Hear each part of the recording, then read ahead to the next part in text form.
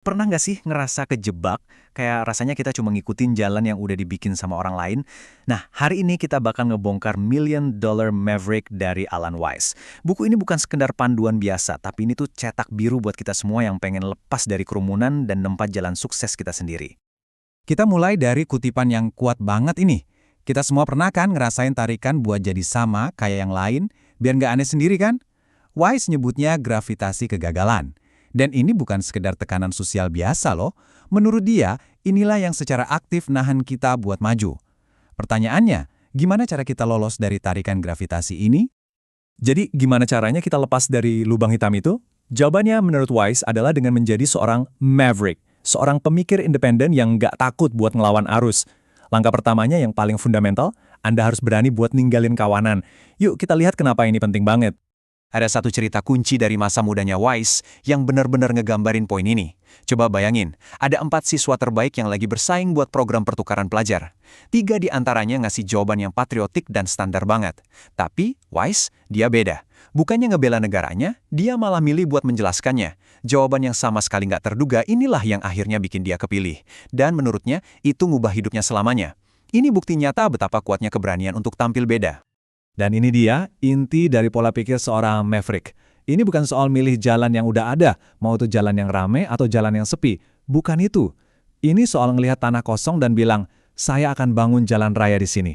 Ini adalah lompatan besar, dari sekedar jadi pengikut menjadi arsitek buat takdir kita sendiri. Oke, coba kita bedah lebih dalam lagi perbedaannya. Mentalitas kawanan itu terobsesi sama afiliasi, pengen disukai, pengen diterima sama semua orang. Tapi seorang maverick, dia ngejar sesuatu yang jauh lebih berharga, rasa hormat. Hormat atas keahliannya, integritasnya, dan cara berpikirnya. Karena pada akhirnya, kalau kita berusaha disukai semua orang, itu justru cara tercepat buat kehilangan diri kita sendiri. Nah, ini dia kenapa perbedaan tadi krusial banget. Di dunia profesional, rasa hormat itulah yang bisa diubah menjadi nilai. Anda mungkin suka sama teman Anda, tapi Anda bakal bayar mahal buat keahlian seseorang yang Anda hormati. Jadi, mengejar rasa hormat bukan cuma popularitas, itu adalah fondasi dari kesuksesan yang bakal bertahan lama. Tentu aja, kalau kita ngebangun jalan sendiri, pasti ada kalanya kita kesandung atau jatuh. Dan disinilah elemen kunci kedua dari seorang maverick. Mereka punya cara pandang yang sama sekali beda soal kegagalan. Ini bukan tentang menghindarin kegagalan, tapi justru tentang manfaatin kegagalan itu sebagai bahan bakar. Cerita ini benar-benar luar biasa. Coba deh bayangin, Anda dipecat di tengah-tengah keramaian bandara. Buat kebanyakan orang itu pasti rasanya akhir dari dunia. Tapi buat Wise, itu malah jadi momen pencerahan. Saat itu juga, dia bersumpah nggak akan pernah lagi ngebiarin nasibnya ada di tangan orang lain. Momen yang kelihatannya kayak kegagalan total itu, malah jadi titik awal kesuksesan terbesarnya. Ini dia mantranya seorang maverick. Kegagalan itu bukan tanda Anda lemah. Justru itu tandanya Anda lagi beraksi. Anda lagi ngedorong batasan, ngambil risiko. Coba pikirin deh, kalau udah lama banget Anda nggak ngalamin kegagalan, apa itu artinya Anda hebat? Atau jangan-jangan Anda cuma mainnya terlalu aman? Wise ini nggak cuma ngasih teori doang, dia juga ngasih kita alat yang praktis. Ini 5 langkah buat ngebangun ketahanan mental yang cepat. Pertama, abaikan masukan yang nggak Anda minta, itu cuma bikin berisik. Kedua, berani bilang tidak tanpa perlu ngerasa bersalah. Ketiga, ambil pelajaran dari setiap pengalaman. Keempat, fokus ke depan, jangan lihat spion terus. Dan yang terakhir, ini kuncinya. Hargai usaha Anda, bukan cuma kemenangannya. Ini cara kita ngelatih otot mental. Oke, jadi kita udah berani ninggalin kawanan dan nggak takut gagal. Terus apa? Nah, sekarang kita masuk ke bagian aksinya. Gimana seorang maverick berpikir secara beda buat bener-bener ngasih pengaruh ke dunia sekitarnya dan nyiptain nilai yang nyata? Wise nunjukin perbedaan yang krusial banget di sini.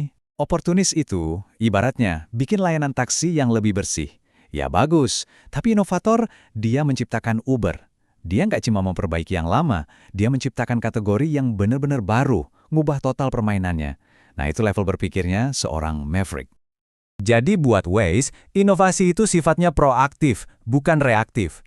Anda bukan pemadam kebakaran yang sibuk madamin masalah. Anda itu arsitek yang ngerancang gedung baru yang anti api. Tujuannya bukan nyelesain masalah lama, tapi nyiptain standar baru yang bikin masalah lama itu jadi nggak relevan lagi. Nah ini dia, satu lagi pemikiran kontrarian yang klasik. Kita semua kan diajarin aturan emas, tapi Wise ngebaliknya. Pengaruh yang sejati itu datang bukan dari kita maksain preferensi kita ke orang lain, tapi dari benar-benar ngerti dan penuhin apa yang jadi harapan dan kebutuhan mereka. Ini soal empati yang strategis. Gimana sih aturan Maverick ini kelihatan di dunia nyata? Gini ceritanya. Sebuah perusahaan asuransi gede minta Wise bikin rencana komunikasi buat nenangin karyawan mereka. Konsultan lain datang bawa presentasi yang heboh. Jawaban Wise, simple banget. Jangan kasih tahu mereka apa-apa, cukup dengerin aja kekhawatiran mereka. Cuma dengan satu kalimat yang ngelawan arus itu, dia menangin proyek senilai $1,4 juta. Itulah kekuatan dari berpikir beda. Oke, kita udah ngebahas pola pikir, ketahanan, dan tindakan. Di bagian terakhir ini, kita bakal nyatuin semuanya jadi sesuatu yang Waze sebut sistem operasi Maverick. Beberapa pertanyaan tajam buat mulai nginstal cara berpikir ini ke dalam hidup kita sehari-hari. Pertanyaan-pertanyaan ini benar-benar nonjok buat kehidupan pribadi nih. Apakah Anda secara sadar memilih teman dan pasangan Anda? Atau Anda cuma menerima aja siapapun yang datang?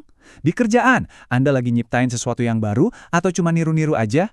Dan soal lingkungan kita, media sosial itu alat Anda atau jangan-jangan Anda yang jadi alatnya? Ini semacam cermin yang maksa kita buat jujur sama diri sendiri.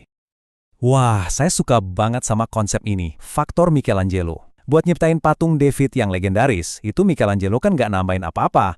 Dia justru membuang semua marmer yang bukan David. Idenya kuat banget. Kesuksesan itu seringkali bukan soal apa yang kita tambahin, tapi soal apa yang kita berani buang. Entah itu kebiasaan buruk, hubungan yang nggak sehat, atau tugas-tugas yang nggak penting. Ini adalah perubahan pola pikir terakhir yang benar-benar kuat. Tantangan, kemunduran, rasa sakit, semua itu nggak bisa kita hindari dalam hidup. Tapi penderitaan, cara kita ngerespon rasa sakit itu, cerita yang kita bisikin ke diri kita sendiri soal itu, sepenuhnya ada dalam kendali kita. Seorang Maverick milih buat belajar dari rasa sakit, bukan malah menderita karenanya. Dan kita tutup dengan pertanyaan paling penting dari buku ini. Jejak itu apa yang Anda tinggalkan tanpa sengaja. Tapi warisan itu adalah sesuatu yang Anda bangun dengan tujuan. Jadi, setelah semua ini, pertanyaannya bukan cuma buat Anda tapi buat kita semua. Apakah kita cuma mau ninggalin jejak kaki di pasir, atau kita mau ngebangun sesuatu yang abadi? Jalan mana yang Anda pilih?